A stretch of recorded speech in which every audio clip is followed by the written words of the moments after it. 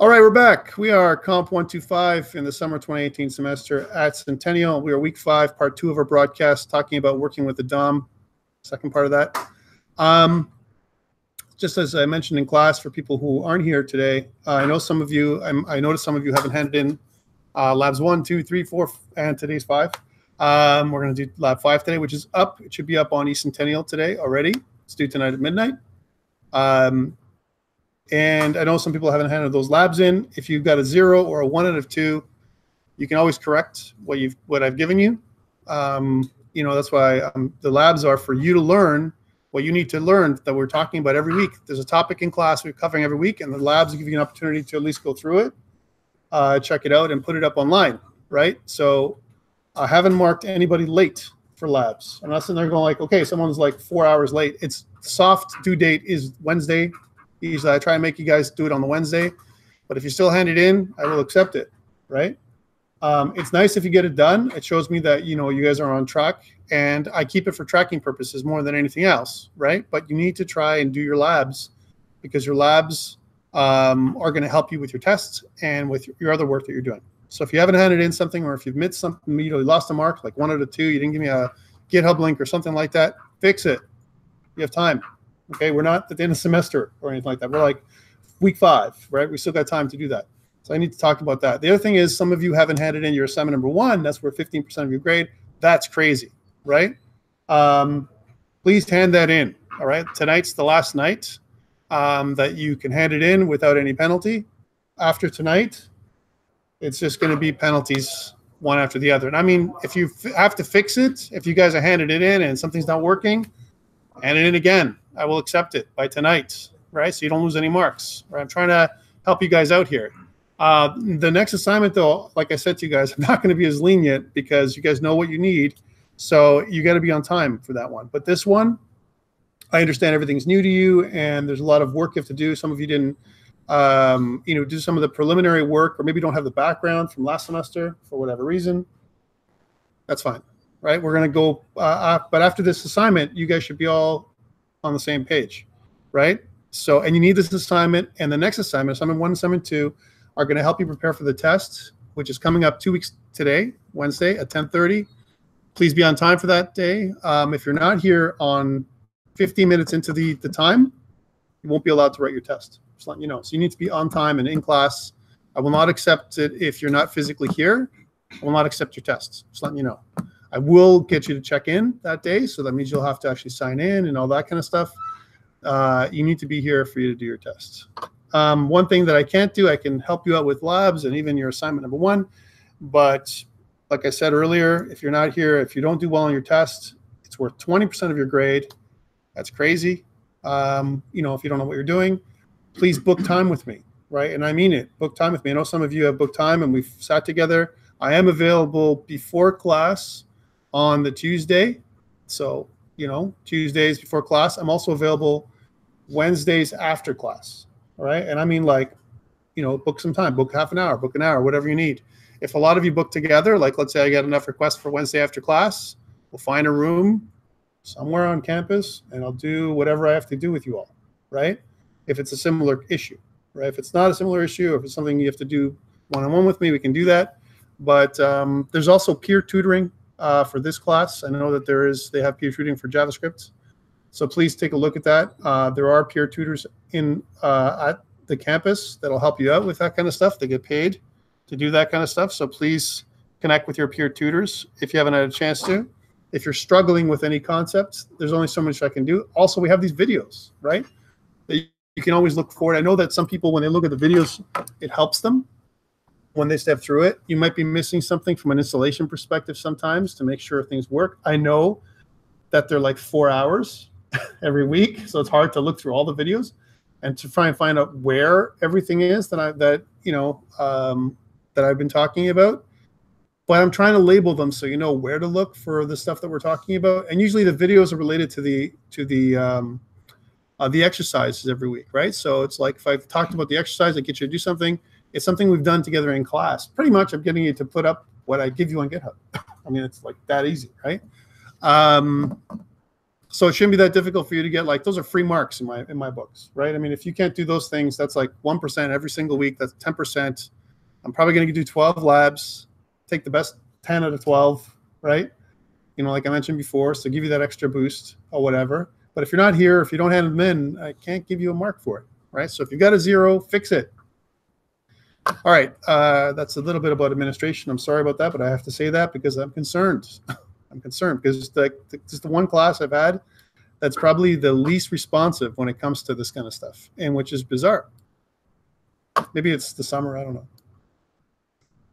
All right, so last day we had this issue. We were working on something yesterday. We kind of talked about a couple of really cool things, a little bit advanced, but what we did was we said, hey, you know what? We want to split across files, and this is a difficult concept. But there are 3 steps to this whole thing, right? The first step about splitting across files is, I mentioned, you have to create a new file, right? So once you create a new file, you put your content in there. And we did that. We had a home file where the home content sits and an about file, about.js, where the about content sits. So we create the file and we put the content in there. That's step 2. Also notice that we're surrounding the file by this function, this closure. So each one of the files, about, app, and home, have this iffy surrounding it. The differences between the regular one, which is the app.js one, which is like this one, and home.js, now I've corrected it, and I put this up on GitHub so you can see the examples. Just to give you an example, so here's home.js. Notice that home has this content, let content, and we're using content as a quote-unquote namespace or container for my files. So why are we doing that? Why am I complicating your lives and doing it this way? Why? Because what happens is we're trying to compartmentalize our code a little bit to make it more, kind of chunked out. Otherwise, it's like I always go back to business when I was at Bell. The thing to think about is, the idea of eating the elephant. How can I eat the elephant? If there's an elephant in the room, how can I eat him? Right? I can do it in chunks. Right? I can't swallow the whole elephant. I'll choke. Right? But I can cut it up. When I cut the elephant up, I can. And not that the elephant's a good example. And by the way, I have no problem against elephants. Right? I love elephants. Right? It's just an example. Crocodile. Let's use a crocodile. The crocodile's in the room. I want to chop it up. It's an ugly thing to eat, but I want to chop it up and eat it. Right? And when I chop up and eat the crocodile, right, it's hard to do. But if I do it in chunks, and that's what we're doing here with JavaScript, we're breaking our JavaScript file up in different bits, and we're doing it by compartmentalizing or putting a cage, which is think about this, our closure as a cage, right? So we're caging our JavaScript in our closure, right? And the closure is going to be this iffy, right? And when we cage our JavaScript, we're at the bottom, we're basically saying, hey, let's attach anything we want to escape the cage. So example, if the closure is a cage that nothing can get out of, anything that we attach to the content in this particular case, because content is the namespace, and if you hover over it, you can see that it says namespace, right? Automatically, it detects that it's a namespace because of the syntax that I'm using here, right? So what is this? It's either content, here's the or, right? And then content as a object, right? And content as an object basically says this. It's going to put everything, it's going to basically treat each of my objects. So home content would be the function, right? It's going to treat the home content function as part of the content object. So imagine content being a big object, and I'm attaching different functions and properties to it. And the way I attach it is to assign it. When I assign it in JavaScript, I attach it. I know it's not really great. When you look at it as a developer, you're like, whoa, I don't have to declare anything. I don't have to do anything. I just have to attach it, and it's good. Yeah, that's how objects work in JavaScript, and it bugs people, and it also makes people happy because it's very simple and fluid and all that kind of stuff, right? But I'm pointing this out because there is a certain syntax we need to understand about this, right? And that's why I've kind of put this in place. So we've talked about this. So step 1, make a file. Step 2, wrap it and the content of the file in this closure. Now you could make a closure like without making a namespace, or if I didn't have this closure or namespace, it would be in the global namespace, right? Remember we talked about global variables bad, right? And that's across any developer's mind. You should always think global variables bad. Whoa, because they're uncontrolled. Anything in the wild, think about like global variables is like a crocodile in the wild. It's out. It's out of the cage. It's going to eat you all, right? And that's how you should think about it, in my opinion. A crocodile or an elephant that's going to stomp you. How about that one? And at the end of the elephants can just stomp you to pieces, right? It's mad elephant. It's not a nice elephant, right? And if you think of that, we want to cage the crocodile, and we want to do this in this scope, right? In this closure. Otherwise, all these functions, if I put them in a separate file and didn't have this cage, this scope, this iffy, an immediately invoked function expression that basically encloses or wraps all of my functions, it's in the wild. It's in the global namespace. And if it's in the global namespace, it can collide with other things that I put there, right? Potentially. When you say let content, what role it does? Let content, basically what it does is it creates a variable, right? Each variable in JavaScript, if you haven't noticed right now, it could be anything. It could be an array. It could be some kind of data type. It could even be an object. In this case, once we declare the variable in the global namespace, see, it's outside of the cage, which means this content variable is in the wild, right? It's in the global namespace. Yeah. Yeah, it's up on GitHub. If you go to GitHub on Centennial, right? I always put my stuff up on GitHub, right? So everything that I do, guys, the question was, can I get the code? Yeah, it's up on GitHub. If you go to GitHub/Centennial College, you're going to see lesson 5A, and all that stuff that I've got here is here, right? So you can always go here and grab it. All right, so it's only available. Nothing to do. Oh, no, it has to do with everything, because the global, right now, the variable, what it is think about a variable. Remember, it could be a variable, it could be an array, it could be an object, it could be a container, which is really what an object is. So think about the content as a big container that holds everything else, right? But so far without. So far in this particular case, on line 1, it doesn't have anything. Now we pass the content container or the content variable into this anonymous function. When I pass it in, right, now it has access. Anything that's inside of this function can access this global content. You could have done it before, but when you pass it in, what it allows you to do is something like this, right? So what I'm doing is I'm attaching the home content function to the content container, and now it's available outside of this closure. So anything I pass into it like this is available in the wild. It's available in the global namespace. And that's what I'm doing. So when I make a namespace, think about content as my new namespace, my container that houses all the functions that I want to share in the global namespace. That's what I'm doing, right? What do you do with this content or content? Right, so I mentioned that earlier. So content means it's either going to be some kind of variable or it's going to be an object. We don't know what it is. So depending on which one it succeeds, whether it's this one or this one, it's going to return one of the two. That's what it does, okay? Typically, it'll be this. It'll be an object, right? But let's see.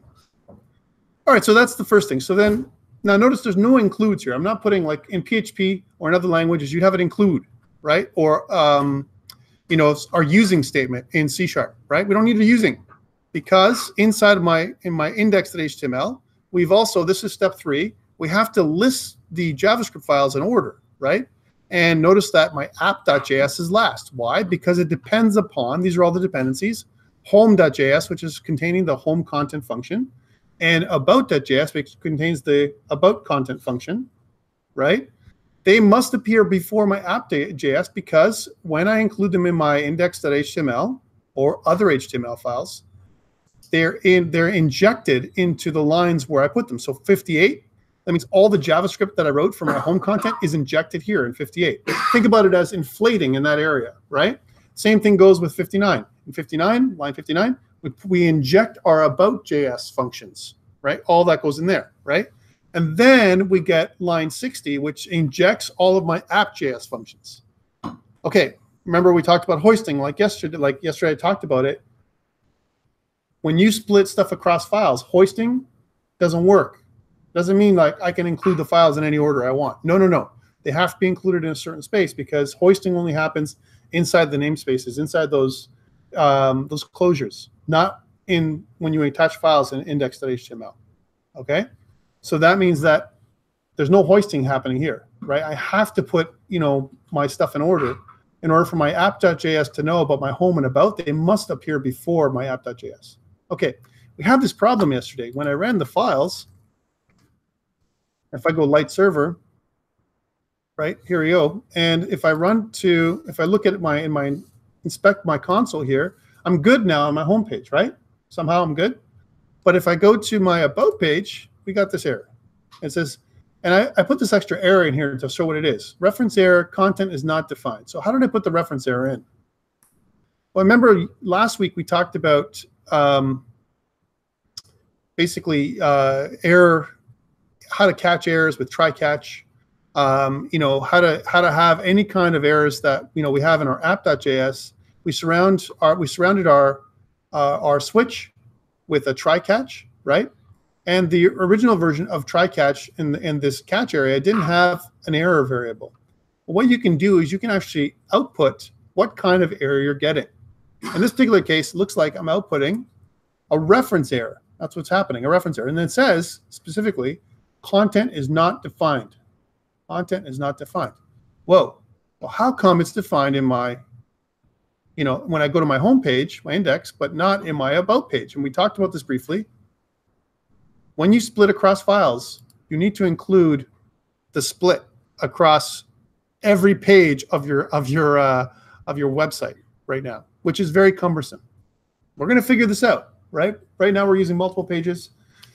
At the end of the semester, you're going to have one page that injects all the content in different places, right? But for now, can't get there. I can't, you know, eat that crocodile yet, right? That's a big crocodile. That's a massive, giant crocodile, all right? With, you know, fiery breath and laser eyes, right? It'll eat you and kill you right now if I try and do that. So I have to get there, and that's what I'm trying to build up. And that's why it's important you do your exercises in class, build yourself up, because if you don't do this, when it comes to the test, you're going to be in trouble. And when it comes to your assignments, you'll be in trouble. So that's true. That means index that this is what I want to appear in all of my files. So I'm going to just grab all this stuff the way it is. Actually, I'll grab everything from line 51 down. And I'm going to go into my contact page and do the same thing. I'm just going to kind of replace all this, right? Because it's the same stuff. And my about page, right? And now I should have everything I need. I'm just going to save all. Should have everything I need to make things work. And how do I know this? Because now you can see that in my about page, I have everything that I had. This is good. I also see that my about content has been triggered. I put that little thing in there. My 3.1415 is working. Everything is working as it should on my about page now. This is, you know, kind of my console is there to help me, right? To understand what's happening. And if I go to my contact page, because we had this little page, you can see now this is still going. The content here is okay, but I've got nothing, right? Why? Because we didn't split my content up. So let's do that one. Let's fix my content now. First of all, I fixed this error, so I'm going to put this up on GitHub. I'm going to use the built-in Git, functionality of Visual Studio Code. Notice I have this other part down here, which is Git Lens. Git Lens is not part of Visual Studio Code. I've included it as an additional extension. I recommend it. It gives you some visibility on what your GitHub repo looks like. And there's some other things I've included here that I might share with you later. But Git Lens, which it says it's Git supercharged and it's starred, it's one of the most popular ones that's out there. I recommend you grab this extension. Okay, so grab this extension. All right, so now that I go back here, you can see that this is what it looks like. It tells me what my remote looks like. Here's my remote. And it also tells me what my branch is on. I'm on the master branch. And it tells me how many files have changed. 2 files have changed, these 2. All right, so kind of and extra information that's going to help you with using GitHub, which, you know, is great for developers, but also can confuse the crap out of people. All right, so 2 files have changed. These 2 files but wait a minute. What about my contact page? Because I changed that too. Did I not save it? Well, I got my about and contact. Here's my contact page. I did do this, and I didn't save it. See the little dot there? That's why I know. There's 3 files. Those are the 3 files. Yay. Okay. I didn't save it. All right. So basically, I adjusted JavaScript links on pages. So I did. And again, you can put a useful message for yourself too. And then I'm just going to push it to GitHub. So now you should have everything that I had on my assignment, on my lesson 5. Okay, so that's up to date. And now we have a working thing. But one thing we're missing is we're missing the content JavaScript. So in my scripts, I have this content JavaScript for my contact page, right? So let's add that in. So step 1, make a script, right? So contact.js. And again, this is a little bit, guys, this is going crazy with this. I'm making extra scripts for you. By the way, this is part of your exercise number 5, your lab 5. I'm going crazy making extra scripts that really, yeah, they don't have a lot of functionality here, but I'm doing it because I want you guys to get into the habit of making external script files, right? One thing to note, okay? So here's my contact.js. And what if I just put in my contact.js, right? You know, this thing that just does this. It just, you know, says, I don't know, let Tom equal to 5. And I put it inside the global namespace like this, right? If I save this, let Tom equal to 5. And if I go back to all my pages, so here's all my pages, I need to include this. And if I want it to appear in app, it has to be before app. So I'm just going to grab one of these things, copy paste, right? To give you some more clarity. That's why I'm doing this. Okay. Here's my contact. And I want to take my contact, this link for contact, right? And I want to kind of duplicate it in the other pages. Remember what I just said, duplicate, right? And by the way, there's a principle that I really want to hammer into you guys, which is there's a principle called dry. Do you guys know what the dry principle is? Anybody? Dry out your code. You might hear that one day. Drying out your code means don't repeat yourself, right? Don't repeat yourself. Keep it dry. Dry out your code. I'm repeating myself a lot of times. A lot of times. I've repeated myself in my nav bar. It's repeated, right? I've been repeating myself in my code, in my index.html, in my contact page, in my about page. I'm repeating myself over and over again. Guys, this is bad. How do I not repeat myself in HTML and stuff? I mean, I've included all these libraries. It's crazy, right? How do I do that? There's a way, but we're not going to get there yet. Can't get there yet. We can, but it'll like I said, the crocodile will kill you. All right, so and the crocodile being, you know, what we're doing. Okay, so I've included contact.js here. All right, cool. Well, if Tom is 5, right, as an example, and I've updated everything and I've included it, that's all I have to do. If I go to here now in any page that I've attached my contact, right, and if I go Tom, it's going to say 5. It's in the global namespace. It's a variable that's gone wild. I didn't have to put it inside a closure, right? So there's no closure involved here for Tom, right? I just put Tom on the global namespace in a file, and then now it's available everywhere. Whew, this is bad, right? But it could be good. So imagine if I have a group of constant variables that I want to share across all of my namespace, my entire application. Like, for example, I don't know, I want the document.title to have a special association or something like that. Or I want to use these common variables over and over again. Or I might have some enumeration that I want to use. You know, then I might want to put it in outside of the namespace that's available to me everywhere, right?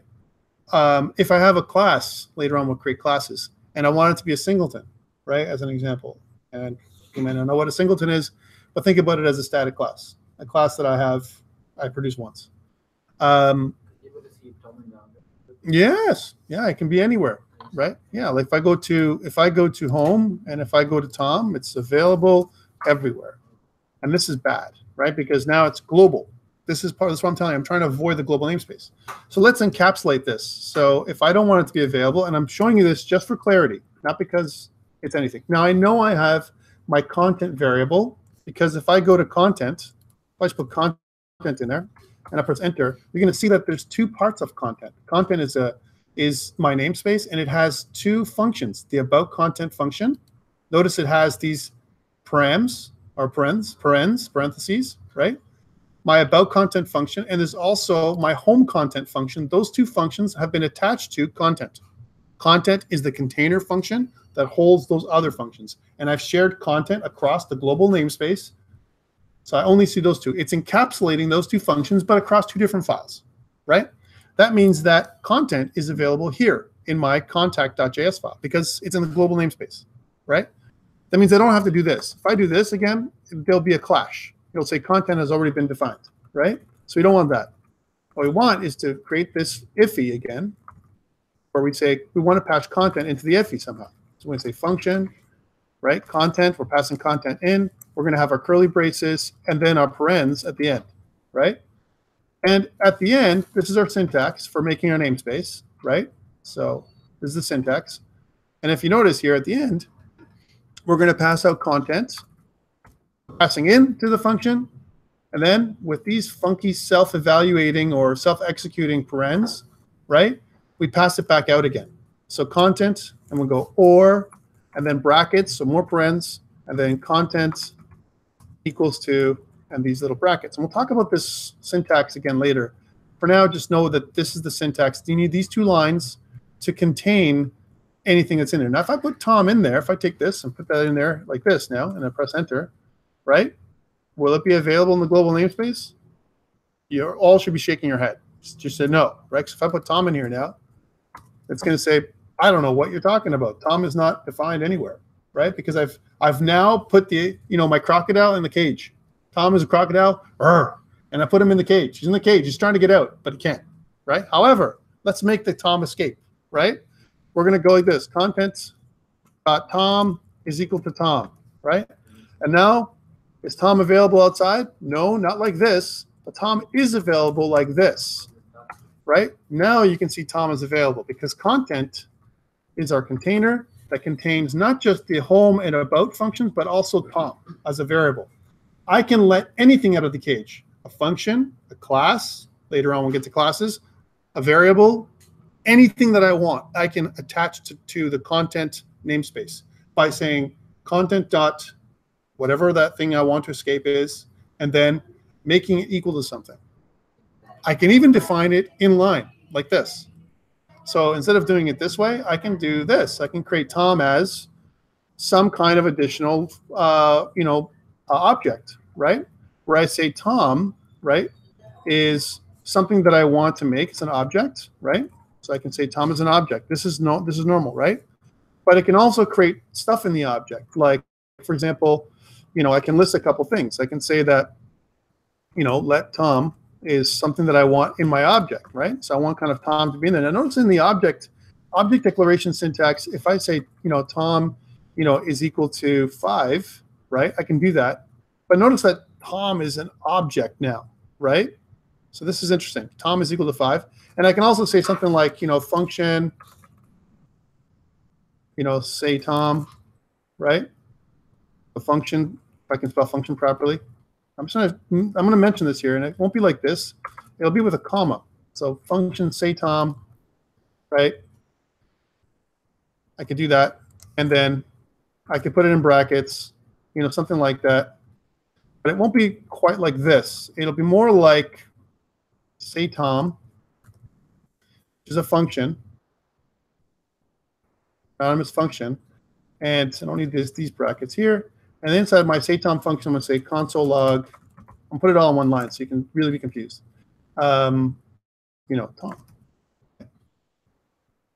So say Tom's a function. Tom is a property. It's inside this funky object syntax. Don't worry about this right now if you don't understand. You will by the end of the semester, right? If you notice, if I hover over Tom, it doesn't do anything. But what do I get now when I go to content? Well, look what it says here. Uncut syntax error, invalid shorthand property initializer in contact.js, right? So there's definitely a problem here. It doesn't give me the issue, but because I'm using strict mode, it's something that is saying, hey, there's a problem, right? Well, why am I doing that? Because if you notice, I'm trying to create an object. This is object syntax, right? Here's my function, right? And if I expand this so you can see it like a normal function, it looks like this, right? So here's say Tom, which is a function. Here's Tom, which is 5. But this can't be like this. It's got to be like this, right? Tom is 5. Say Tom is a function. Let's see if that fixes it. It does. Like a dictionary, kind of a dictionary entry. It's like a dictionary entry. So now, if I go to content, what do I get? Well, I get the following. I get about content and home content, and then I get this Tom object. And the Tom object has two, it's an object that has another closure basically, that has two more objects inside of it. One that's say Tom, which is a function, right? And I have access to it right here in the global namespace. Why? Because I've shared the Tom object, right, inside my content namespace. So that means I can do something like this. Content.tom.sayTom, right? And it'll say 5. I can link through all the objects, connect to all of them through the little crazy thing that I've made, and you can access it right here. What I'm actually doing is I'm saying, hey, go to the content namespace, look inside the Tom object, and access the sayTom function. And when then do whatever the sayTom function tells you to do, which is just output console, the value of Tom, right? That's what this is doing. So again, I could do it this way too. I'm just putting it out there for you because you could attach anything to your content, whatever you want. And this is an example of anything, right? 6. Well, no, see, oh, that's interesting. So if I did that, right? Now let Tom is 5, but here Tom is, if I put Tom as 6, which Tom is going to take? That's a good question. Come on, is it going to be 5 or 6? 6. What's the default value? The default is going to be this. This is the default, right?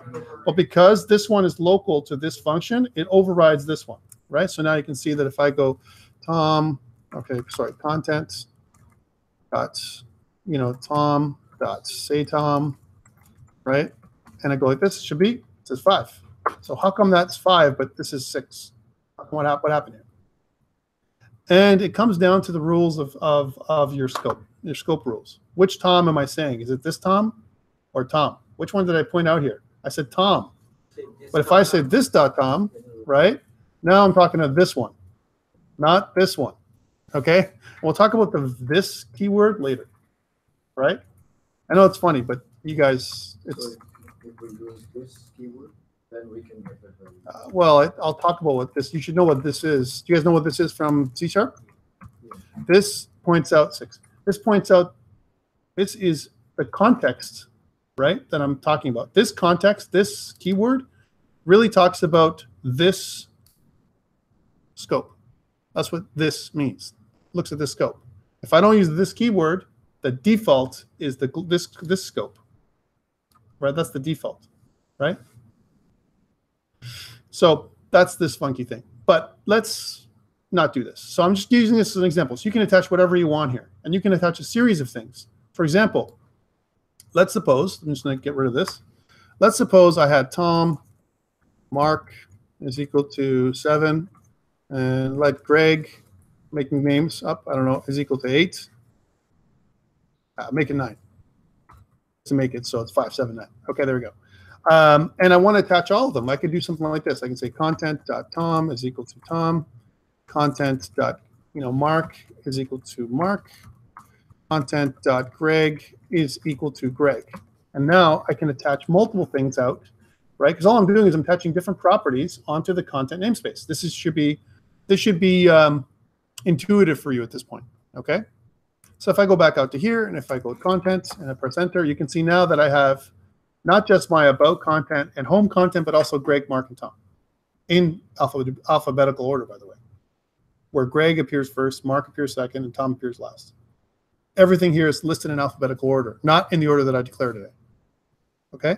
And about content and home content have been declared. I've been attached to the content namespace in other files.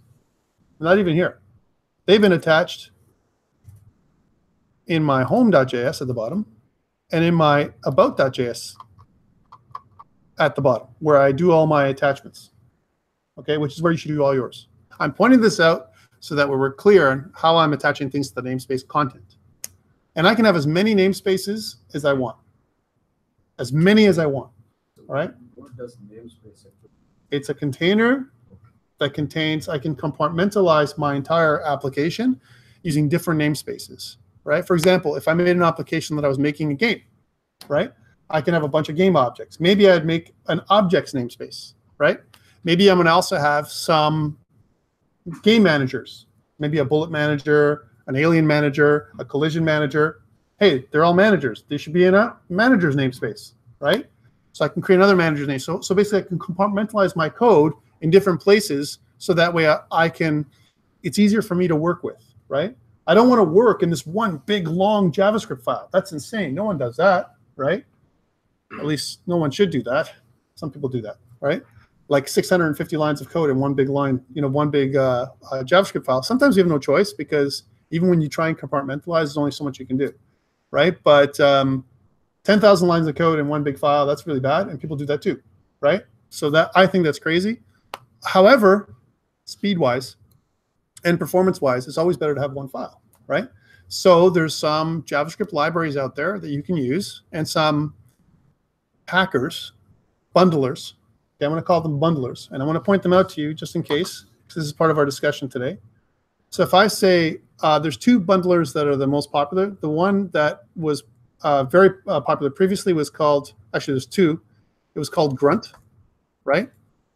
And Grunt is a JavaScript task runner and bundler, but Grunt has lost favor over the years. It's not bad. It's been replaced a lot by Gulp, right? So Gulp is another JavaScript bundler and packager, if you will. So you install it with NPM and all that kind of stuff. And there's some examples on how you can do that. But the most popular one and the most difficult one to use is Webpack. Webpack is another bundler. And what it does is it takes all of your files and bundles them and creates one file of each of them. So it takes, let's say, multiple JS files, multiple Sass and CSS files, multiple images, and creates one JavaScript, one CSS, one JPEG image, one PNG, and bundles them all together. Now, this may seem like awesome stuff, and it does make your applications faster, right?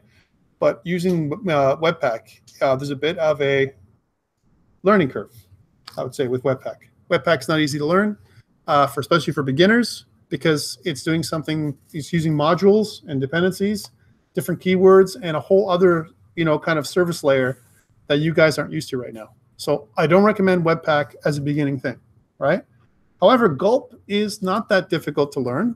Gulp.js, if you look at gulpjs.org or .com, I mean, and it's really simple to use, and they give you some really great examples on how to do this. So basically what you do is you create a bunch of tasks, and each of these tasks in your Gulp JS file, gulpfile.js, what it does is it does things like compress your JavaScript, combines your JavaScript, and does a bunch of other really cool functions, right? We won't get into Gulp now, but maybe if we have a chance to later on, we may get into Gulp by the end of the semester, all right?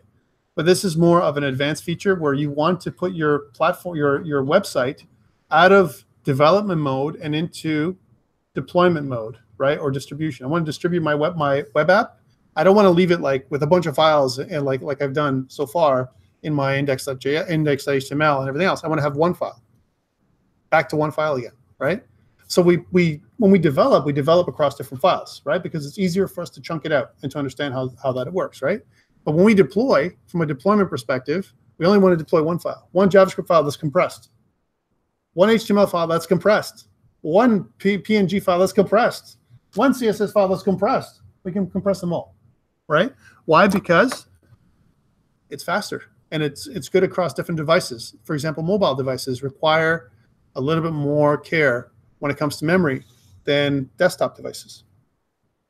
All right, so I'm mentioning this to you guys because you're going to have questions, and please hold your questions as much as possible until we hit it. We're going to hit it eventually, okay? Is it covered in the book, the stuff I'm talking about? Hell no, right? The book talks about basic JavaScript functionality, right? Which is good. For what it tells you, it's pretty good, right? But it doesn't cover this stuff to be a real JavaScript developer. JavaScript, I told you before, is the lifeblood of web development. If you don't understand JavaScript, you're not going to be a great web developer. You just won't, okay? And a bunch of its other technologies that go along with JavaScript, okay, like we talked about. The other thing we did yesterday, I'm just reviewing, is we talked about this type stuff. So we did this, and then we put this little file inside this node modules under @types. We called it in my app folder. I made an app folder, and inside there I put this index.d.ts, and I said, hey, don't worry. All we're doing here is we're listing our content that we put inside of our namespace content, right? We're listing what these things are. And notice I'm not giving the whole declaration. I'm just giving the, the header of my functions. But I can put anything here. I can put variables in here.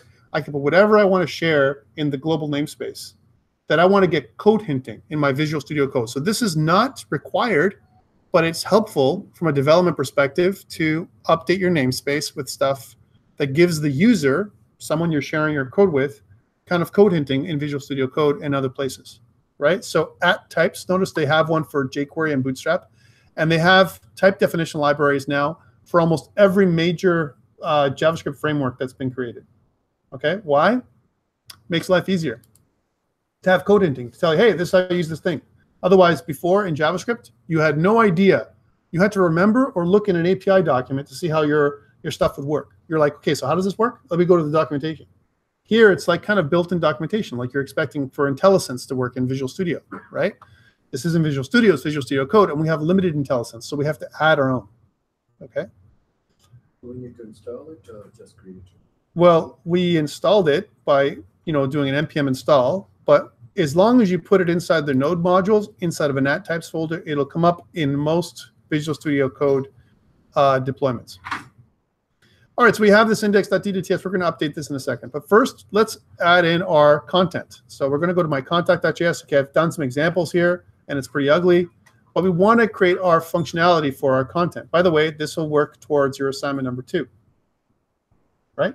Because we're doing something like this, right? Yes? So, how will you wrote text content? Like email, my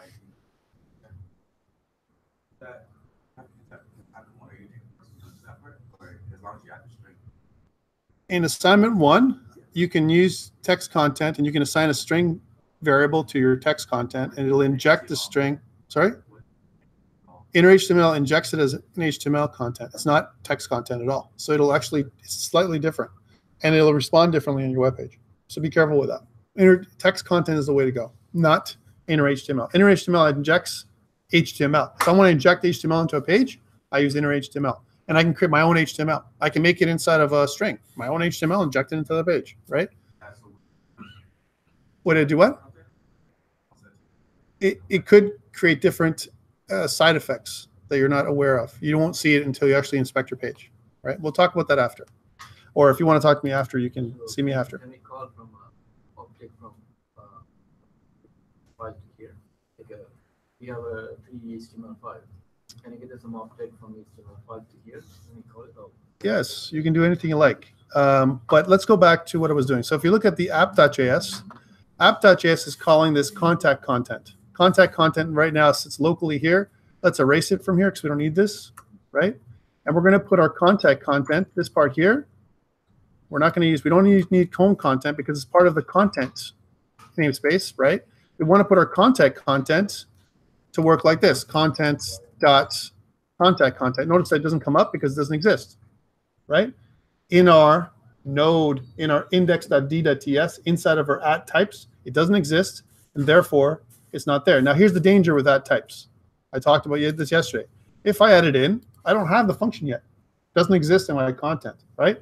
However, if I put it in, it'll think I do. So if I say export function, right, contact content, right? If I did this, and if I put in something like my document this, right, and I say something like, this function displays the content for the contact page. Right? If I wanted to do that, the content for the content page, whatever it is, I don't need this. And if I did that, and if I went back to my app.js, right, which is actually here, so remember, this is just code hinting. There's no actual work that's being done here, right? If I go back to here, and if I hover over it, it's going to say, yeah, I see what it is, right? But it doesn't exist.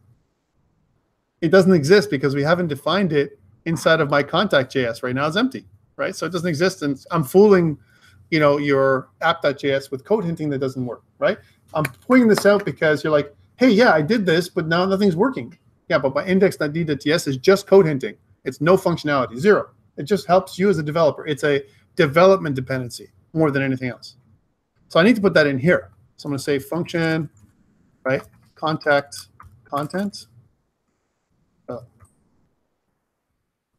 my contact content, right? And it's giving me an error because I spelled it wrong. And if I say content dot contact content is equal to contact content, now I've attached this empty function, right, to my content namespace. And this is the same functionality that we had before.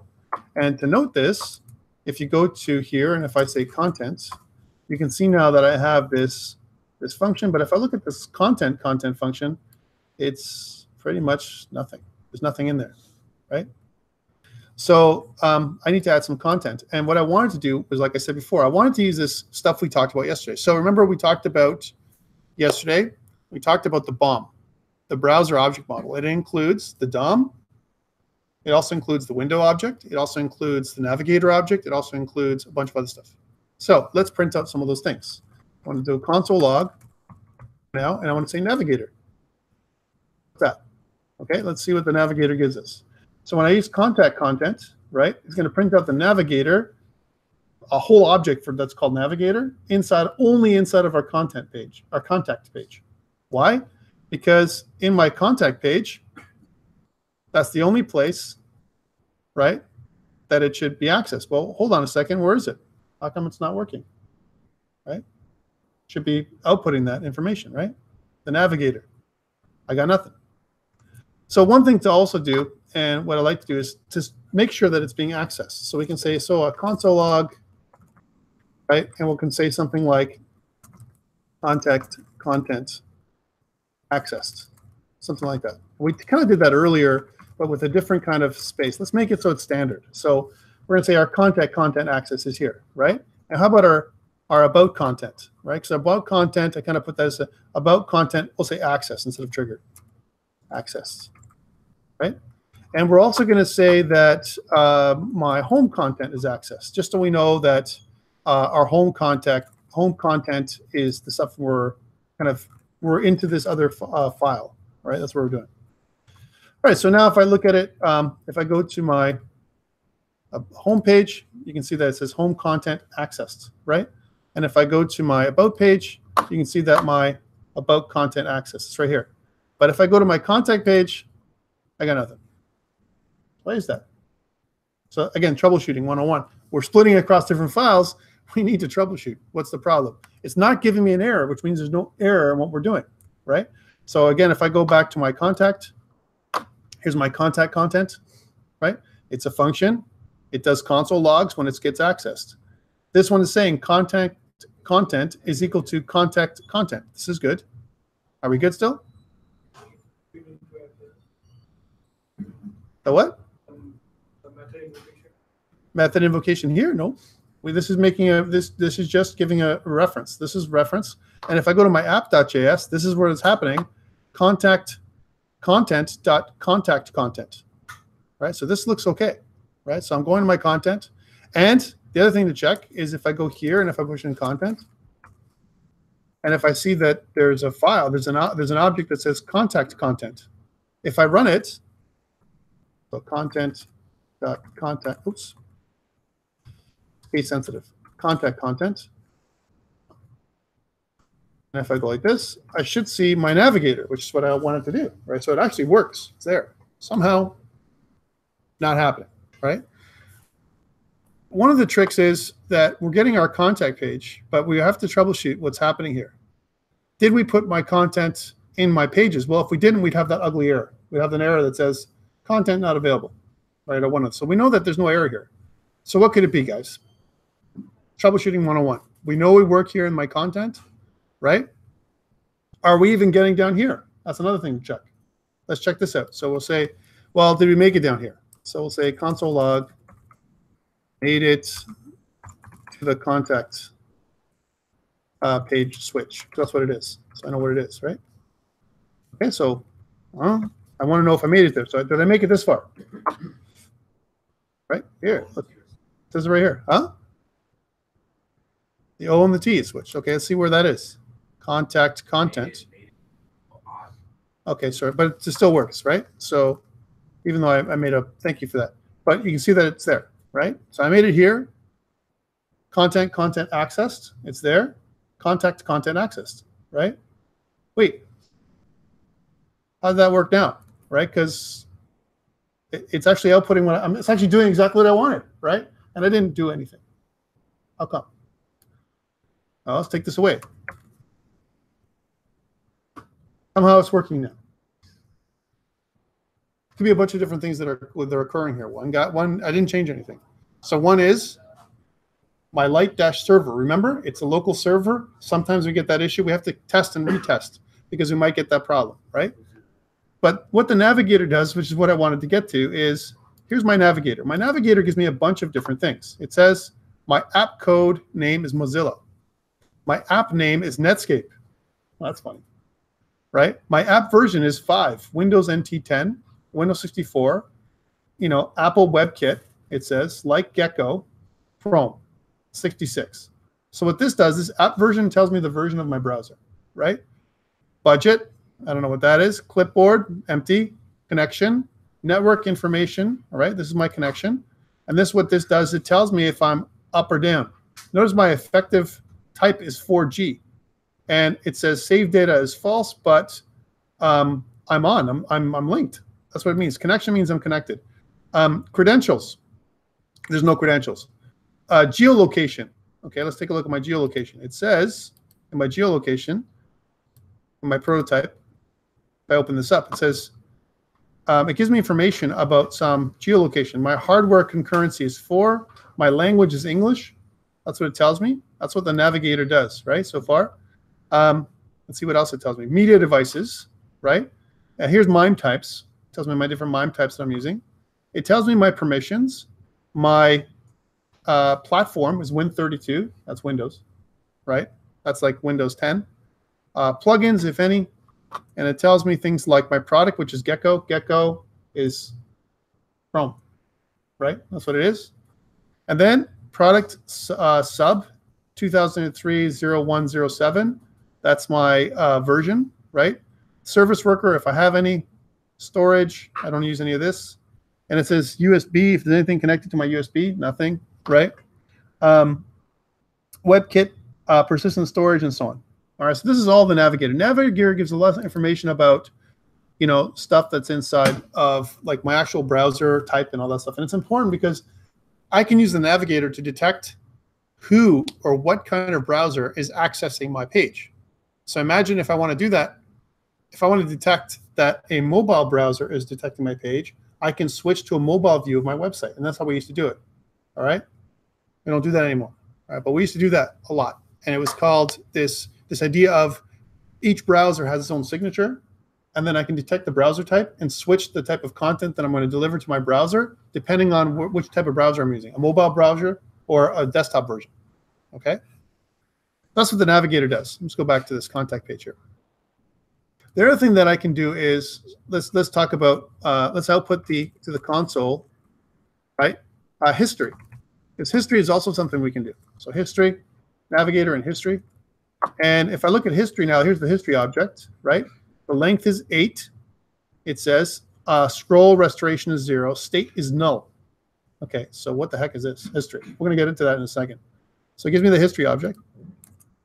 And it also gives me, if I want, the document object. Here's the whole BOM, okay? Here's the document object. So here's the document, right? Here's the head, the entire BOM, the entire DOM right here.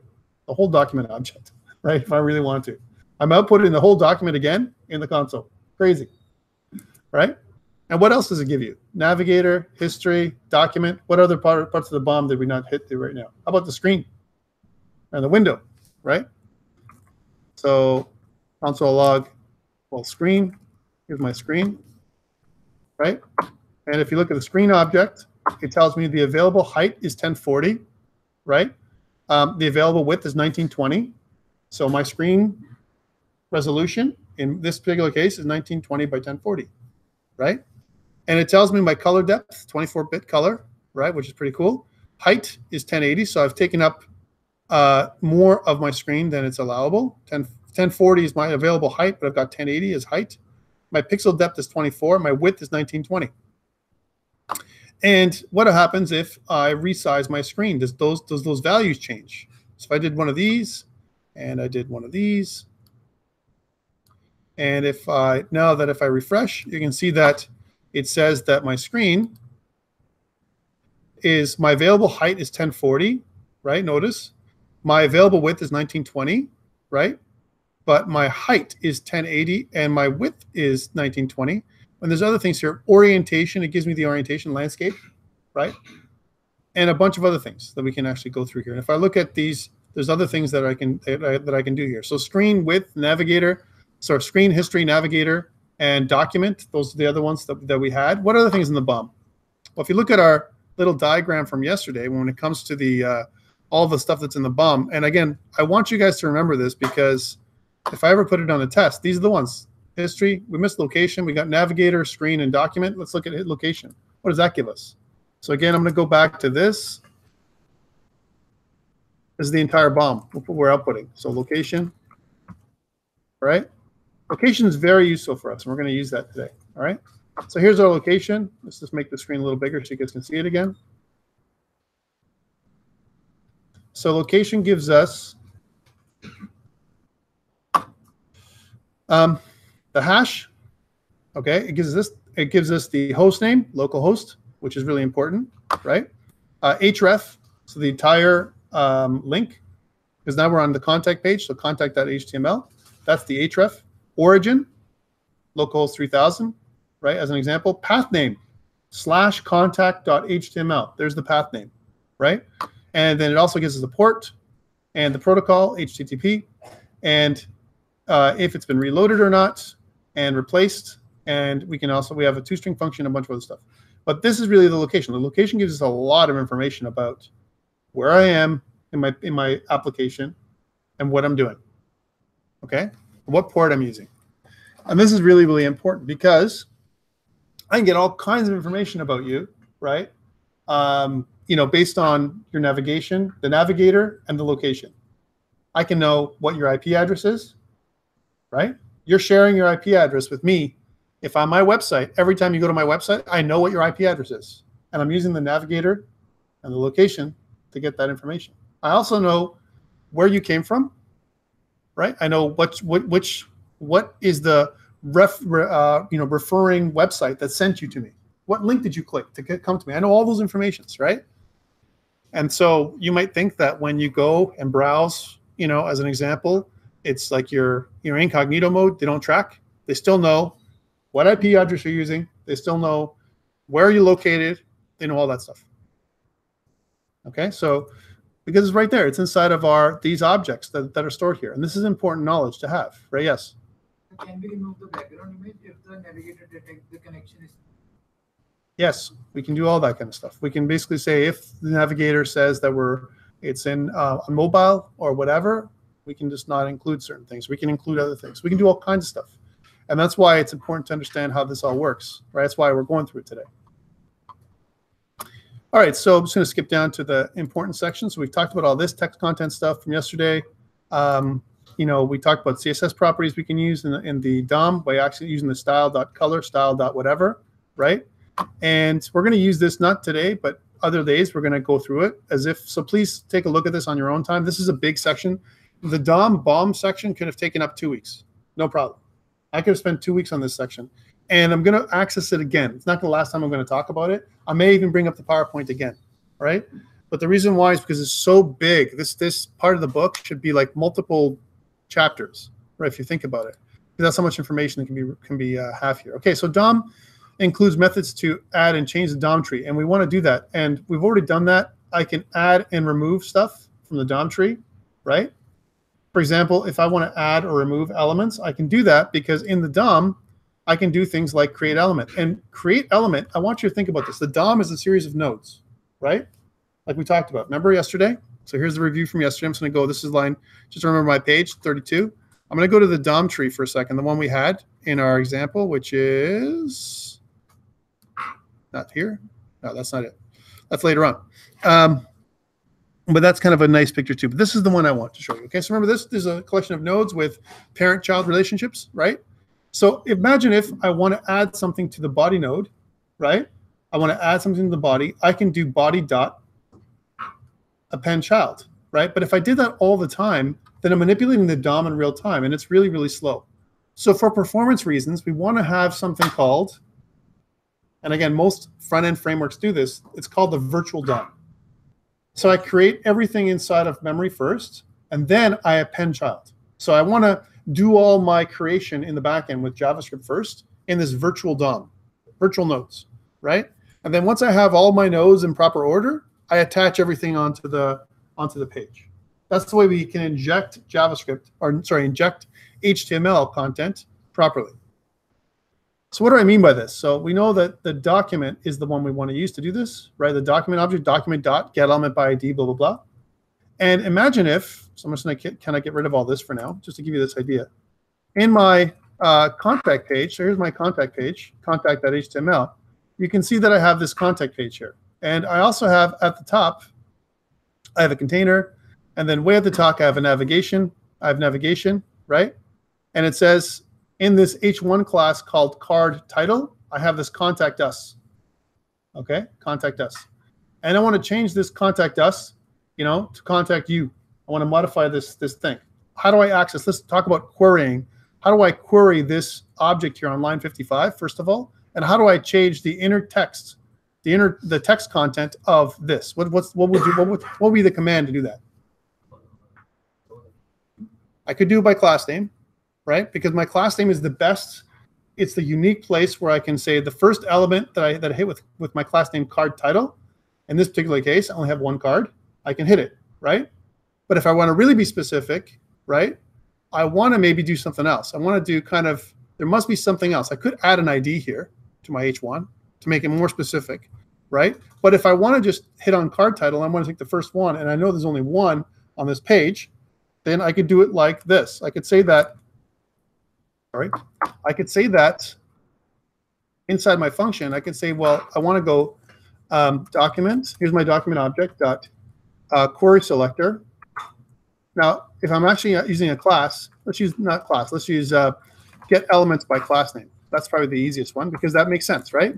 And the class name that we have in our contact.html is card-title, right? Card-title. So if I go back to this, I can say class name is card-title, and I want to get the first element that I'm returning, because remember this returns elements, not one, but many, right? So that is this, okay? And I can continue. I can say, okay, now that I got that, I'm querying, I found that element, and now I want to change the inner text content, or the text content. My text content is equal to it. So in one line with no variable declaration here. I'm not declaring any variable. I'm just going to do it in one line, right? And by the way, you'll see this more often than not when you look online, right? I can say that the text content is now changed to contact you. Doesn't make any sense, right?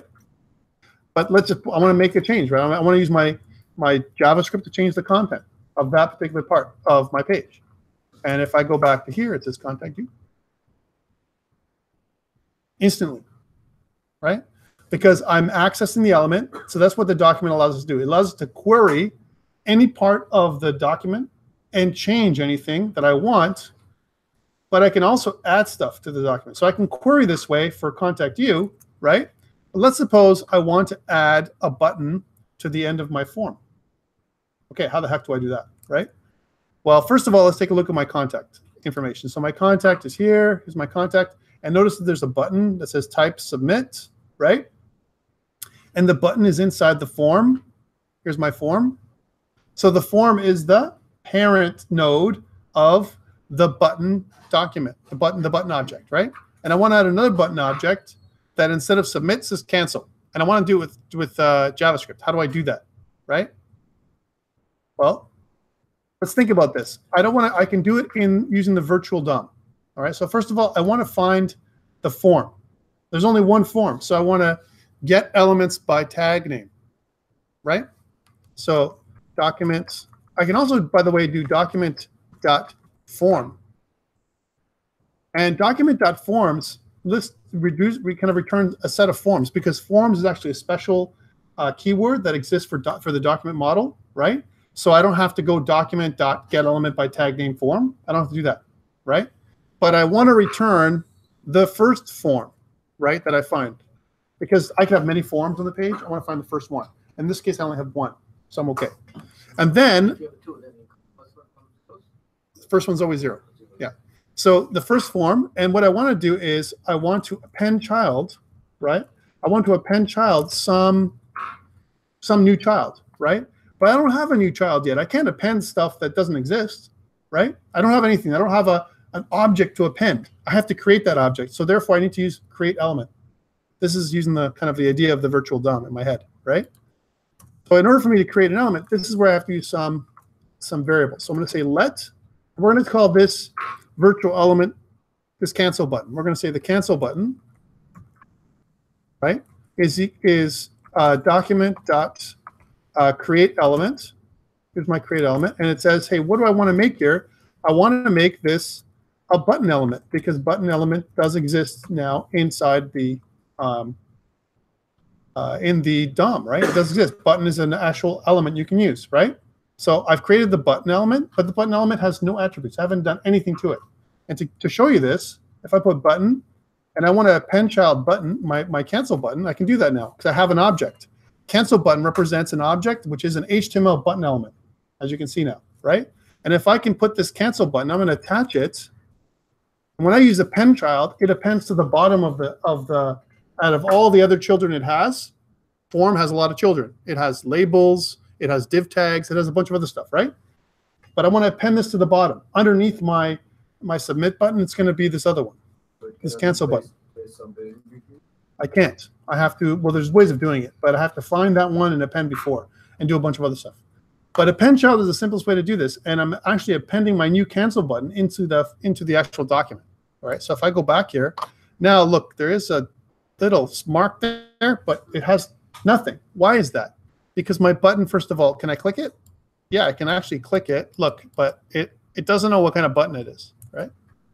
So why is it like this? Because I didn't, configure it in any way. A button has to have certain attributes, right? So for example, if you look at my contact page, right, my button here has type is equal to submit, right? I don't want my button to type submit. I want it to be something else. Class is button, button primary, button large. I can assign a class, right? But instead of doing this, let me just grab all this for a second, right? And also my text content is this, right? So let's change a bunch of those things. So I'm going to go to my contact.js, and I'm going to say, well, before I append the button, I'm going to configure it. So here's where I'm going to configure the button. So here in the first line is, I'm going to create a new HTML element. That's what I'm doing, number one. The second one is, now I'm going to configure it. Configure the HTML element. This is important to understand how this is being done, all right? And then here, I'm going to add the HTML element, right, to the page somewhere, wherever I chose to add it. In this case, it's going to be in the forms node, inside the forms node, right?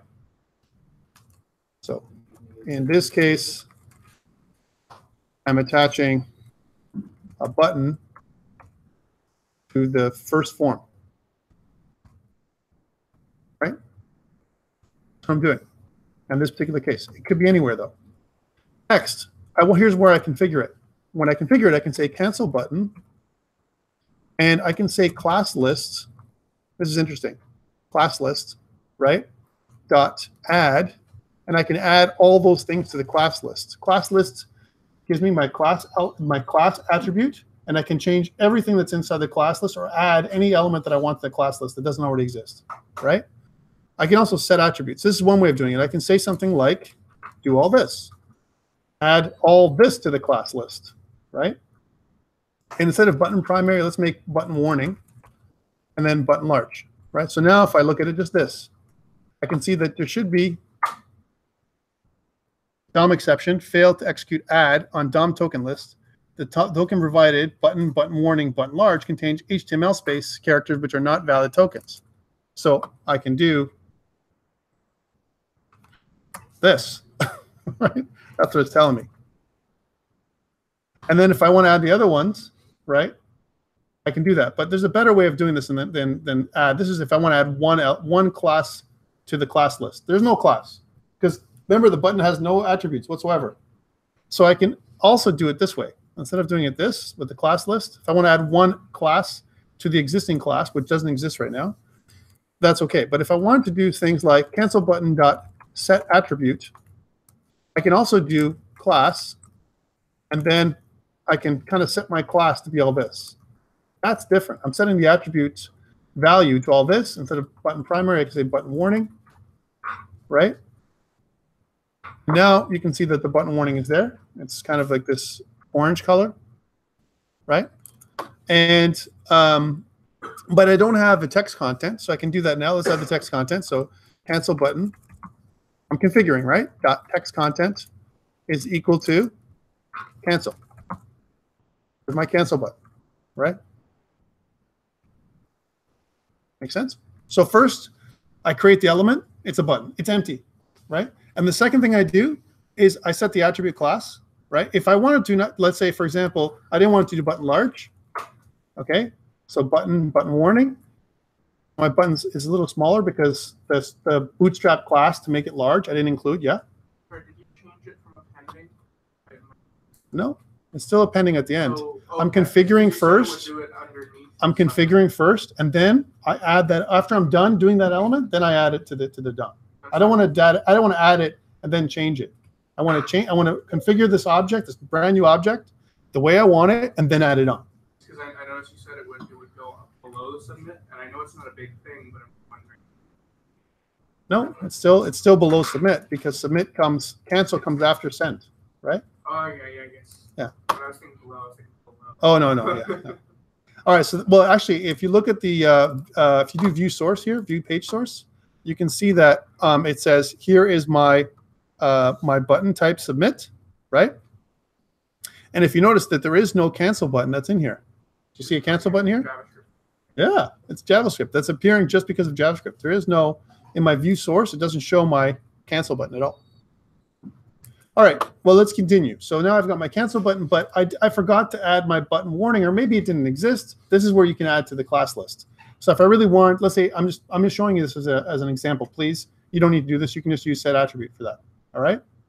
So I can say cancel button, like I showed you before, dot class list. This is very, very useful. Class list is one of the things I use a lot, okay?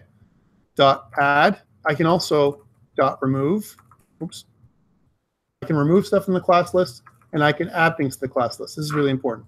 But add is really very interesting, and I can say button or btn, sorry, dash large, which is going to make that button larger again. So note right now it's small, but when I save, back, right? So it's large. And it doesn't do anything, but it's taken the default behavior. My default behavior for my cancel button is submit. I don't want my default behavior to submit. What other types of behavior can I have for buttons? And if you don't remember, you can always go to type attribute for button HTML. If you search that up, you'll see that the HTML button type attribute, right? It gives you some button, submit, right? And reset. Those are the three different ones, the values, right? So reset will reset the button. Maybe that's what I want. Maybe, however, I don't want it to reset. I want to go do something else with it, right? So what if it doesn't exist here? For reset, if I put that in there, that means that I have to have a type attribute. Okay, so just like I have set the attribute here for class, I can set the attribute for type. I can say cancel button. By the way, any attribute I want, I can do this, right? So set attribute, and I can say type, right? So my type of button is, and I can say reset. So now, reset button, if I go back to the page, which is this, and I type some stuff, right? And if I click the cancel button, it'll reset. It won't submit. It doesn't have that behavior anymore, right? But what if I want the cancel button, right, to take me back to my home page? I want to take me back to this home page right here. I want to reset. I want to kind of redirect myself to somewhere else. Well, first of all, how do I do that? My cancel button, I can add in because it's brand new, I can add an event listener, right? The click event. So let's do that. So I'll say cancel button. This should be something that should be add event listener. I want to add the click event, and I want to write an inline function for this. Okay, because there's only going to be one click event. I don't have to. I can make a function that is named. I can access a name function instead of an inline function, like we've talked about before. But the click event is basically going to do something. So whenever I click on the button, I want to stop it from doing something. I want to stop it. Let's take away this reset type. I don't want the reset type, but I want it to do something else. I want my cancel button to prevent the default behavior, right? Typically, my cancel button, because it's a button type, it will try and submit my form. But that's the default behavior, right? I want to prevent this default behavior, and I can do that by doing something like, by the way, function, it has a default parameter that's always being passed into it, and you can use an E in there, or an event, or EVT is all the standard ways of doing it. It's just a phantom object that gets passed into the event, right? This is the event handler. This is the event listener, right? So there's a phantom parameter that gets passed into it. I'm going to call it event. You can name it. And then I can say something like event dot prevent default. So what prevent default does is it says, hey, don't do the default behavior for this click event. Okay, why would I want that? Because I don't want it to submit my form. I want it to do my own custom behavior. That's what I want to do, right? So if I went back here and if I clicked on the cancel button now, it does nothing. It doesn't submit the form and it doesn't reset anything. If I put Tom in there, it doesn't do anything, right? It prevents the default behavior. And sometimes you need to do that with your events. Okay, now I want to resubmit. I want to kind of redirect myself, right? I want to redirect myself to someplace else. How do I do that? I have my window object, right? And my window object has an open, right? And my open says, okay, so here's my URL string. Here's the target. Here are the features. Here's replace. These are all things that I can do with open, right? So if I open a window, and if I don't put any other option, it's going to open a brand new tab by default. So example, if I say something like, hey, open, I want to go to my index.html. Okay, there's my URL. Because my first thing is the URL, index.html. So if I go back to this, and if I click cancel, it's going to open up a brand new window with index.html. Notice the index.html is here. But what if I wanted to replace this window? Well, that's where the target comes in, right? Because Windows open index.html, and then it says target string. Okay, so what are the targets for my open? Now that's where it doesn't show. So if I say window.open, JavaScript,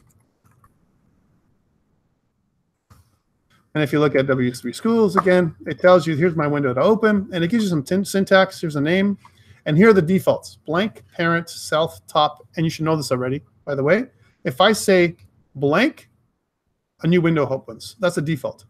Parent, the parent frame, the parent window gets replaced, right? Self, replace the current page, top, and there's other ones, okay? So if I say parent, so, right? Let's put that in there. I don't have to use the other ones. They're optional. And if I go back to my little page here and click cancel, then it replaces that window. Okay?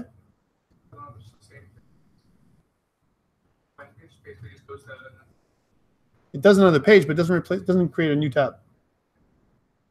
All right, that's the thing it did, right? So if I go back to contact, and by the way, that hits, notice how that appeared after?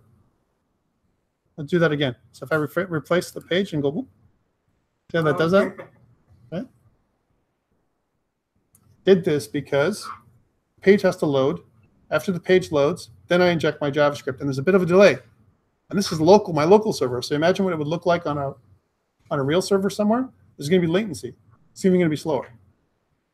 That's why we don't do it this way. We create everything with a virtual DOM and explode everything at the same time in kind of a real life scenario. For now, though, don't worry about it. All right, so this is the prevent default behavior, and you need this kind of stuff here, right? You need this information for your assignment 1, actually. Assignment 1 actually asks you to do this. When you press the button, it takes you back to the thing. So you needed to do this part for assignment 1. And if you haven't handed in assignment 1, or if you want to change it tonight, use this. All right, this will do everything you need for assignment 1. All right, but that's what the DOM allows you to do. So DOM manipulation, when we talk about DOM manipulation, this is what the DOM gets you to do. It actually allows you to add nodes, remove nodes. There's a bunch of other functions. And if you look in the PowerPoint presentation, which I can't go over everything in here, if I go back to page 32, right? And this is that's why I say this is something that we can go over a lot. So create element, we create this virtual element first, and then we configure it, right? And after we configure it, we append it. We append child to where it's supposed to be, right? So this is inside of our documentation. And it gives you an example of how to do that. So first we create an element. So first we find where we want to, in this particular example, we want to add something to the list, right? And we want to create an element, this list item element, and we want to append to the current list, whatever the navigation list is, another list item, another link. We can do that by using append child, and it'll append to the end. Okay? And it gives you this example of, here's my article, and I have a bunch of different things in here, and I want added to the end. First I create my element, I configure it, and then I add it.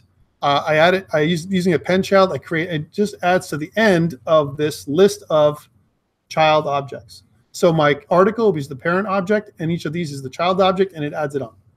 Append at the end. That's what it does.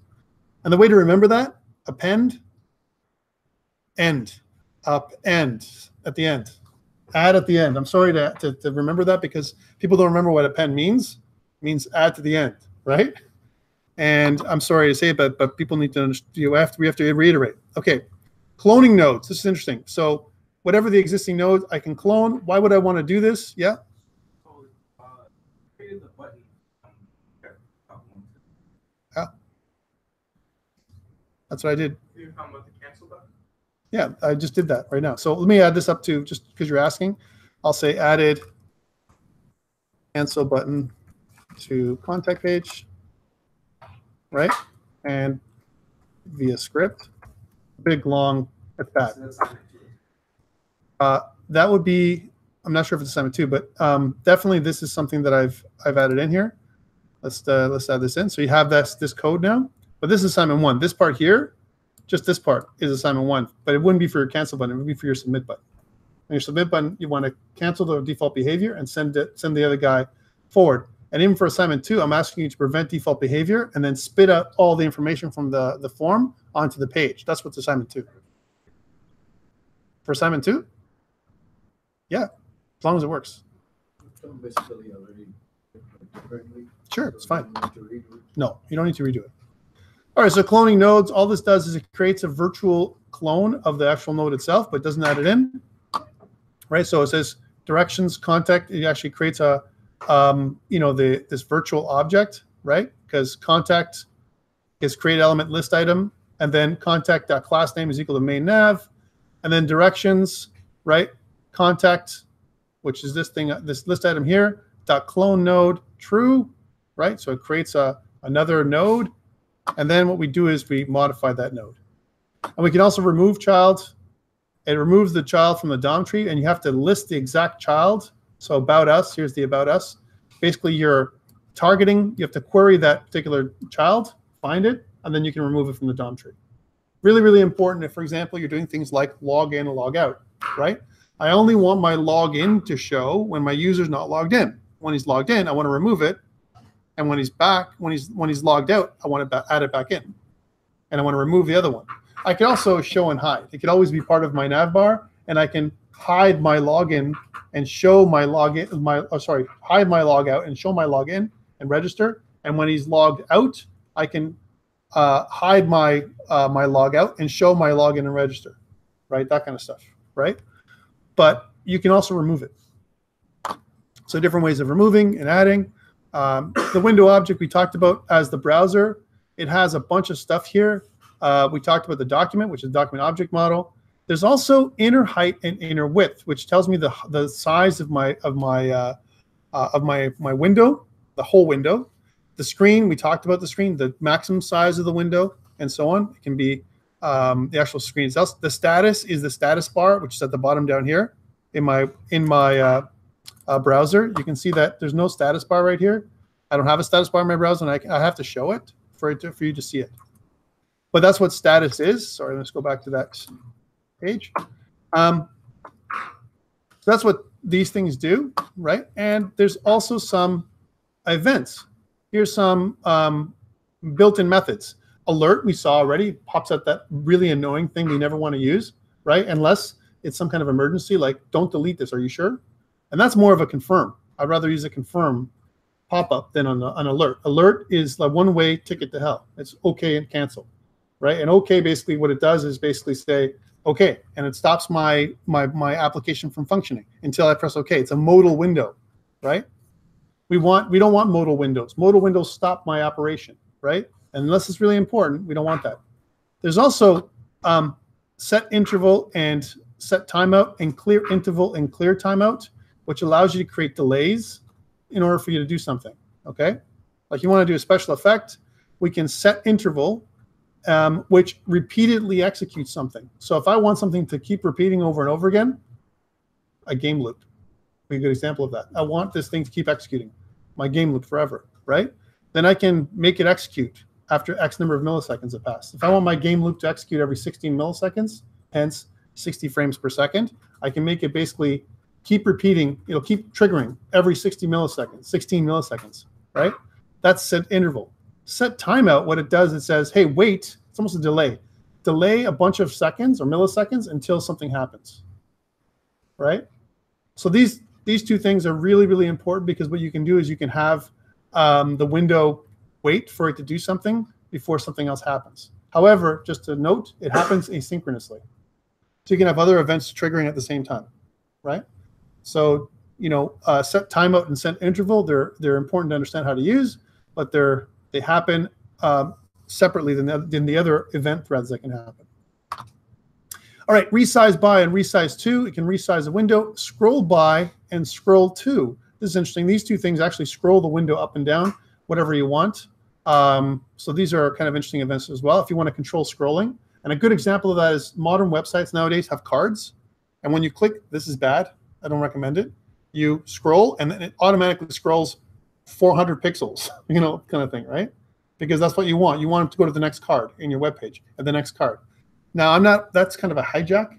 So if you hijack my scrolling, I don't like that. I don't like any kind of hijacking content or code, right, on the page.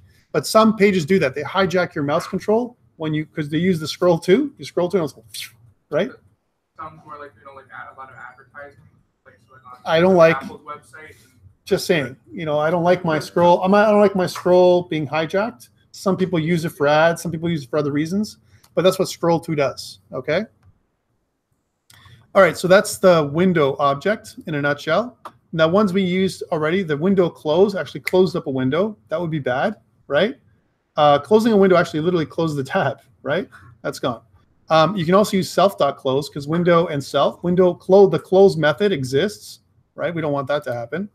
Opening and closing, we talked about opening windows already, and we talked about the open syntax, which is the URL, the name, so how you're gonna do it, and some options, right?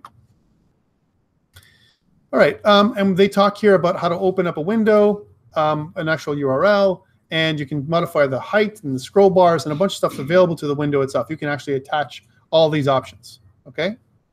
So neat. Like I said, I'm running through them because I just want to touch upon them, but I'm not going to focus on them. That's for you to kind of research on your own if you need that kind of effect. And by the way, guys, there's no possible way I can sit there and go through the entire BOM in 1 week. It's impossible. So we're going to hit it through the entire semester, all right? That's why it's kind of the most important chapter in some ways, and the one that I think needs more care, right? All right, so it gives you the set timeout. You want to do some kind of code in a certain amount of milliseconds, and you can set the timeout so that the code triggers after this number of milliseconds. That's what the timeout function does, and you can clear the timeout after it's done. All right, here's an example of that. So my button pressed, I want to make a window alert. It actually comes inside the entire thing. Here's my code, right? And I want to do this after 10,000 milliseconds, which is 10 seconds of real time, or roughly 10 seconds of real time. It's not exact. And then what happens is the clear timeout happens when I press the button. So when my button's not pressed, it does the set timeout, right? And when I click my button pressed, it clears this timeout, right? And it opens a new window in another tab because there isn't any controls here, right? Open window.open makes a new window open. All right, and then set interval, right? It runs the code over and over again, right? Interval is different than timeout. Interval means every X number of milliseconds, I'm going to run this code over and over again. This code, by the way, in quotations, could be a function. I can refer to a function that you want to run every X number of milliseconds, right? Like the game loop, right? We also use set animation frame for that, though, in here. Okay, history object. This is what I want you guys to do for your lab. Okay, so what you can do actually in the history object is when you go to the contact form, right? Let's suppose that I want the history object to erase my history altogether, right? So I don't want, if you look at my contact.html page, here, notice that I have my history, contact.html. I want it wiped out. I don't want you to see my contact.html. I just want you to see the slash. I can control that. I can control what you see on the URL, right?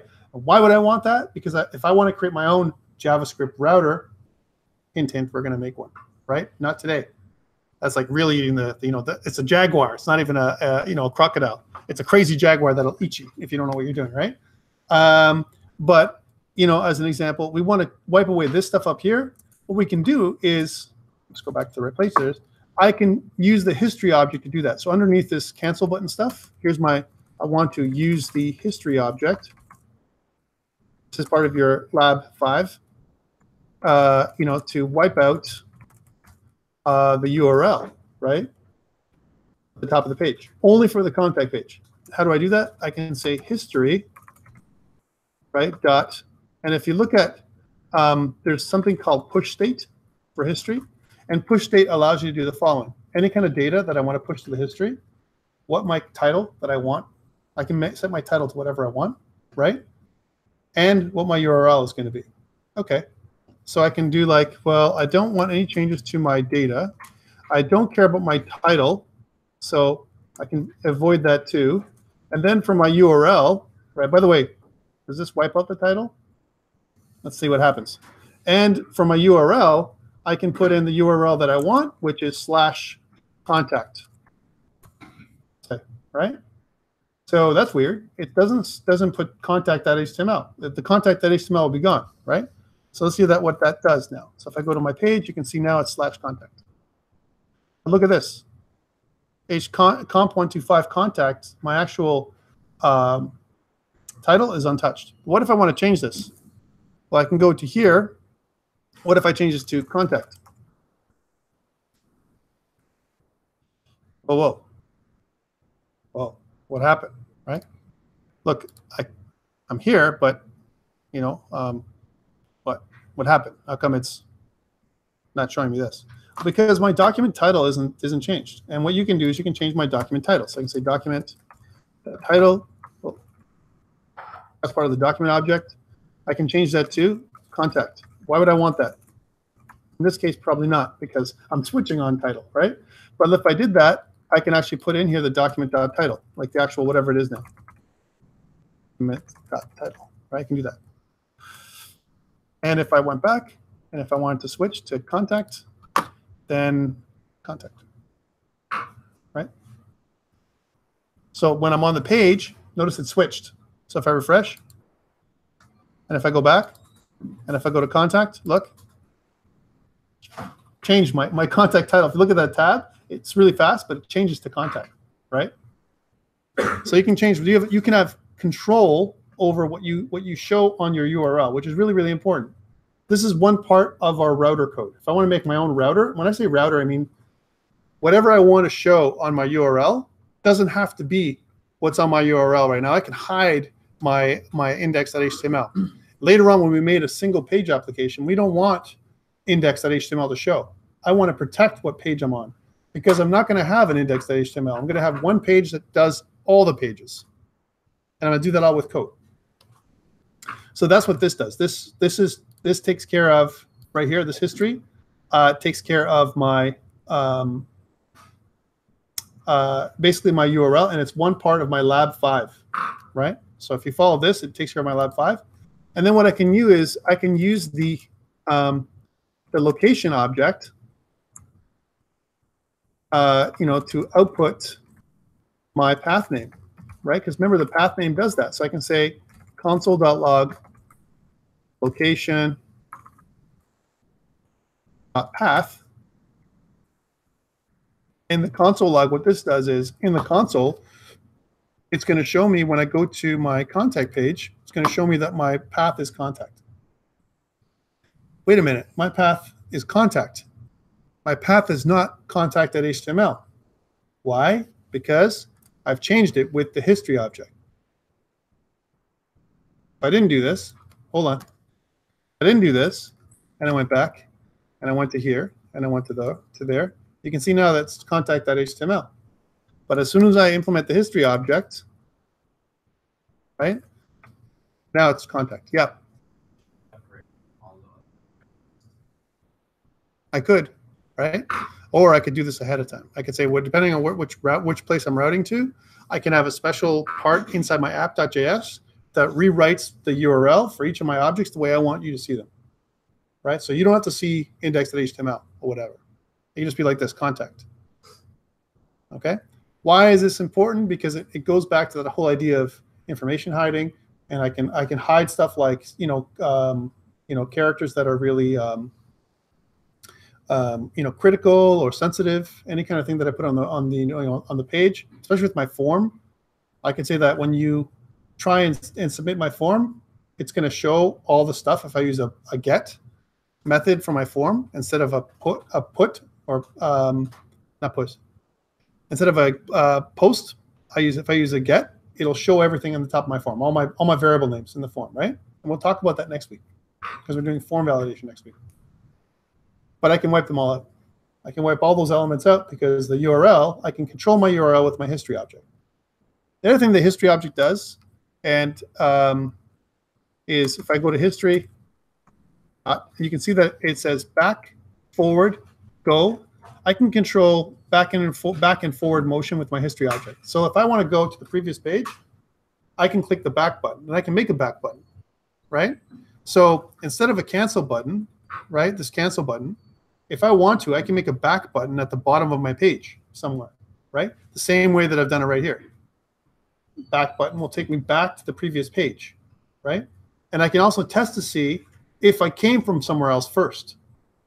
Like, what if someone came from another website? It'll take me back to the previous website, wherever in my browser history, right? Which is kind of really cool control, right? So that's what the back does. And there's also forward. So, okay, I already went there. Take me there again, right?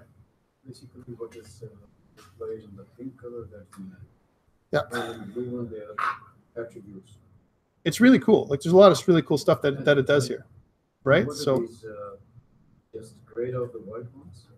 which one? Can you go there again? The intelligence. Yeah. So if I go to, we don't have a lot of time, but let me just. There's one more thing I want to talk about today. Yeah, these ones. These ones don't make any sense. It's all this stuff. This is stuff right here, right? So it says state scroll. I can't talk about all this stuff because I don't have no time. But the thing to know is back and forward controls in your history, and push state, which is like really awesome. So I can push the state of my history. I can change my URL to whatever I want. Okay. And if we go back to my page here, so that's what the history object does. Go specifies a specific document in the history list. So go to your index.html. If you've already been there, go there. Don't recommend this, but I do recommend these.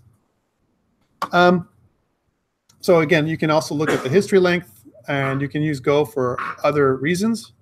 The location object is really cool because it gives you things like your host name.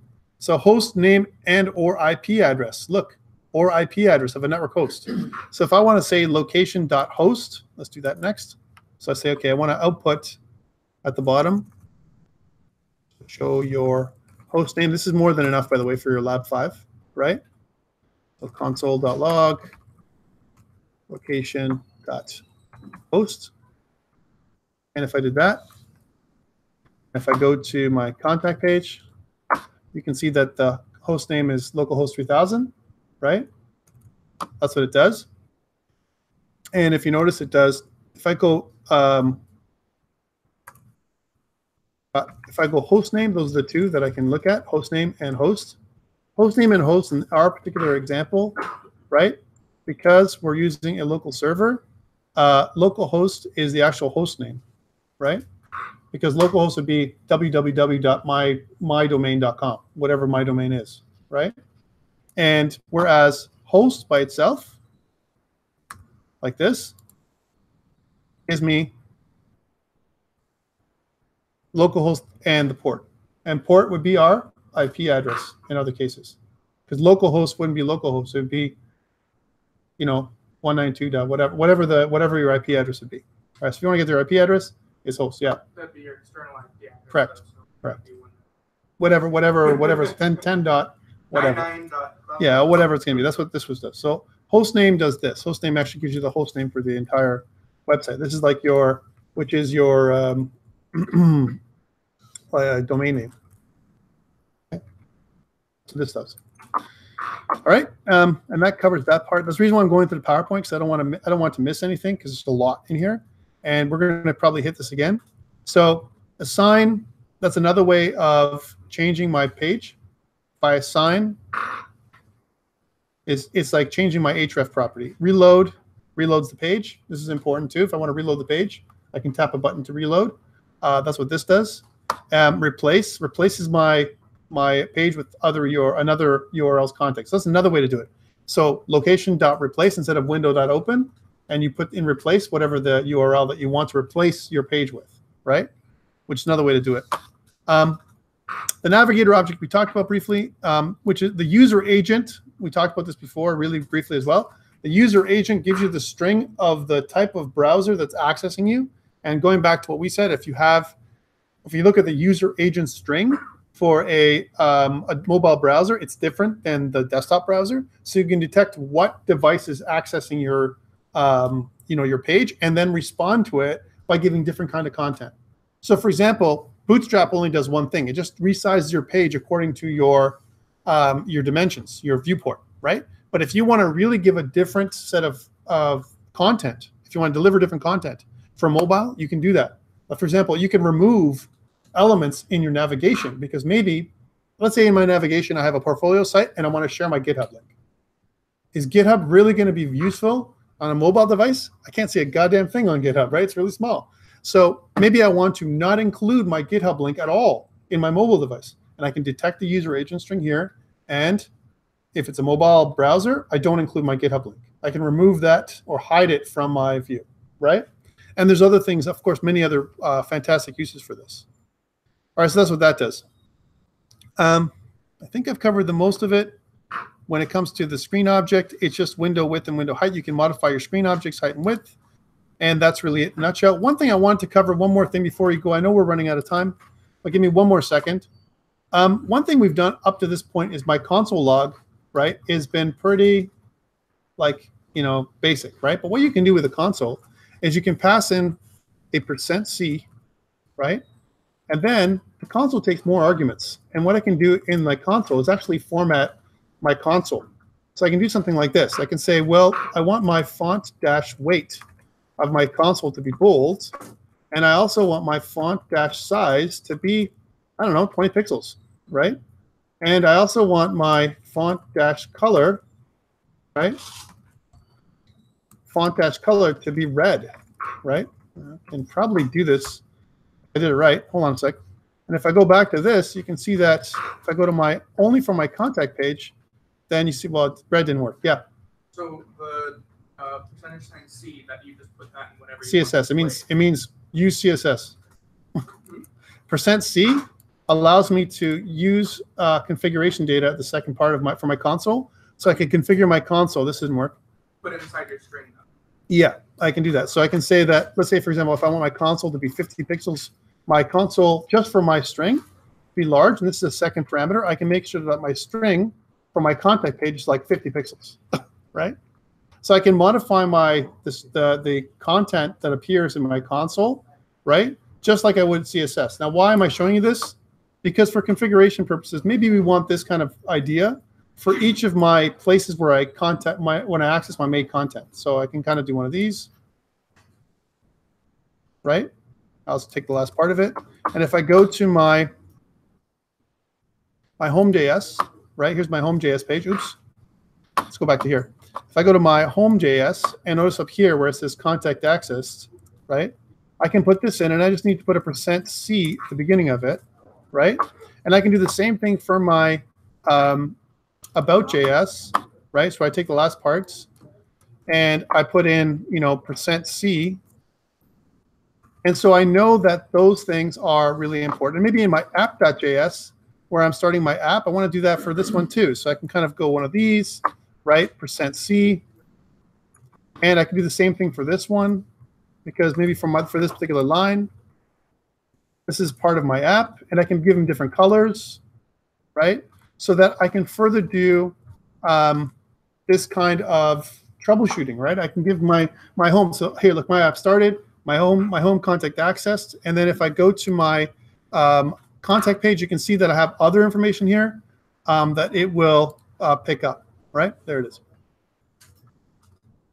Questions? I know a lot we covered today. Remember, your lab 5, which basically, if you go through it, does exactly what I've asked you to do. I've already done your lab 5 for you. I'm just going to put it up on GitHub right now. It's due by the soft time is tonight by midnight.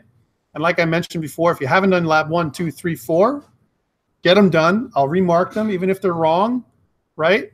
And then I'll give you the marks for them. They're worth 1% every single time, every week, right? And then if you haven't handed in your assignment number 1, please hand it in as soon as possible. That's it for me. I'll see you guys next week. Next week, we're doing form validation. Sorry? I'm going to do this right now. Hold on a second.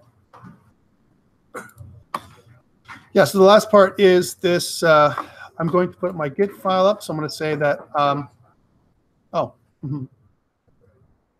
actually didn't do my commit. All right.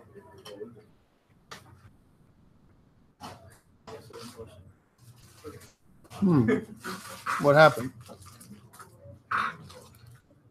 Then did not push? You're off the air now, right? I'm not off the air. Hold on, I'll get off the air now. Okay, guys, take care.